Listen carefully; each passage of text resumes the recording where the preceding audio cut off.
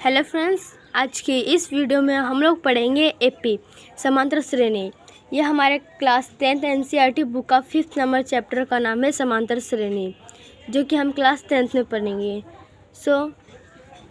Chapter का नाम है हमारा समांतर श्रेणी। ठीक है, समांतर श्रेणी जिसका सीरीज समांतर हो से क्या बोलेंगे, समांतर श्रेणी। इसको हम शॉर्टकट में एपी बोलते हैं, अर्थमेटिक प्रोग्रेशन। ठीक है, समांतर श्रेणी होता क्या है? तो समांतर श्रेणी संख्याओं का अनुक्रम, संख्याओं का सीरीज A1 हो, चाहे A2 हो, A3 हो, A4 हो, चाहे A5 हो, तो क्या होगा, डॉट डॉट डॉट। यदि इस प्रकार का हो तो A2 माइनस A1 बराबर A3 माइनस A2 बराबर A4 माइनस A3। मतलब कि अगर ऐसा हमारा सीरीज हो, ठीक है, इस प्रकार का, तो हम इसको कह सकते हैं कि ये A2 माइनस A1 है। हम एक बड़े से छोटे में क्या करेंगे, घटा देंगे, A2 माइनस A1 और A3 माइनस, ये हमारा ना कंसेप्ट हुआ, फॉर्मूला हुआ। ठीक है, एक प्रकार का। उसके बाद कहता है हमको A4 माइनस चाहे A3, ठीक है, बड़े में से छोटे को घटा दिए, डॉट डॉट डॉट। अचर राशि है, क्या है, अचर राशि। अर्थात कोई संख्या अचर राशि प्रत्येक संख्या के पिछली संख्या में एक अचर जोड़ने पर प्राप्त हो। तो क्या है, एक अचर पद में जब हम एक अचर राशि क्या करेंगे, जोड़ देंगे, तो हमें क्या प्राप्त होगा, तो हमें अनुक्रम प्राप्त होगा, एक सीरीज प्राप्त होगा। उसको हम क्या कहते हैं, समांतर श्रेणी कहा जाता है। ठीक है, और अचर पद या अचर राशि को सार्व, अंतर या पदांतर कहा जाता है। जिसका अंतर सार्व हो, मतलब जिसका अंतर पदांतर में हो, पद में हो, उसको हम लोग क्या बोलते हैं, एपी कहते हैं। ठीक है, ये हम लोग को पता चलेगा कि एपी कहते हैं किसको है। अब हम लोग कुछ इसका उदाहरण जान लेते हैं। जैसे कि हमारे क्वेश्चन है 4, 9, 14, 19, 24 डॉट डॉट डॉट। एक समांतर श्रेणी है, इसमें कहा गया एक समांतर श्रेणी है, हाँ, एक सीरीज में है। ठीक है, श्रेणी माने सीरीज में है, जिसका सार्व अंतर कितना है, 5 है। देखिए सार्व अंतर, इसका बीच का डिफरेंट कितना है, इसका बीच का डिफरेंट हम लोगों का क्या है, 5 है। जैसे कि 4 में कितना जोड़ेंगे कि ये हम लोग का 9 हो जाएगा, तो 4 में हम लोग 5 और जोड़ देंगे तो 9 मिल जाएगा हम लोग को। इसका इन दोनों के बीच का सार्व अंतर कितना हुआ, तो 5 हुआ। ठीक है, 14 में हम कितना जोड़े कि 19 हो जाएगा। अगर 14 में हम लोग 5 जोड़ेंगे तो कितना हो जाएगा, 19।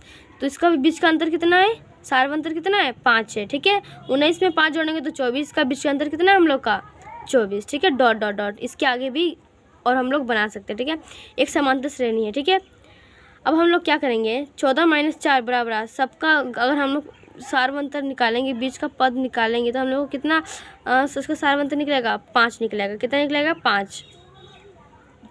उसके बाद है समांतर श्रेणी और इसका व्यापक पद।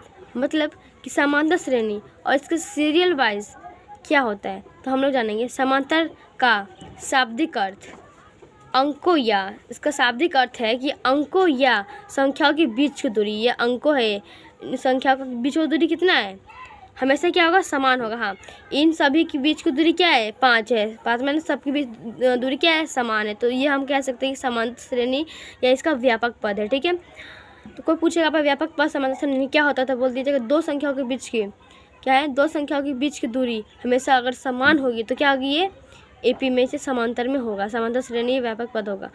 ठीक है, इसके बाद हम समांतर तोड़ेंगे तो क्या बनेगा, समांतर में जब अंतर जोड़ेंगे, समांतर में क्या है, समान में जब अंतर करेंगे, घटाव करेंगे, तो इसी को हम लोग क्या बोलते हैं, समांतर। ठीक है, जब हम लोग क्वेश्चन सॉल्व करेंगे तो हमें इस तरह से कोई क्वेश्चन दिया जाएगा और हम लोग को पता है कि हमारा क्या है, ये पहला पद है, ये दूसरा पद है, तीसरा पद है, चौथा पद है, पांचवा पद है। एपी में कम से कम 3 पद लेते हैं। कितना पद लेते हैं, 3 पद। हाँ, एपी में कम से कम हम लोग 3 पद लेंगे। ठीक है, तो हमने पहला पद ले लिया 6, दूसरा पद 12 और तीसरा पद 18। अब हम लोग क्या करेंगे, इसको हम ना A1 से भी दर्शा सकते हैं, नहीं तो इसको T1 से भी दर्शा। मोस्टली हम लोग एपी में T1 से दर्शाते हैं, तो हमने A1 से दर्शा कर देख लिया। पहला पद कितना है हम लोग का, A1 का पहला पद क्या है, 6, तो 6।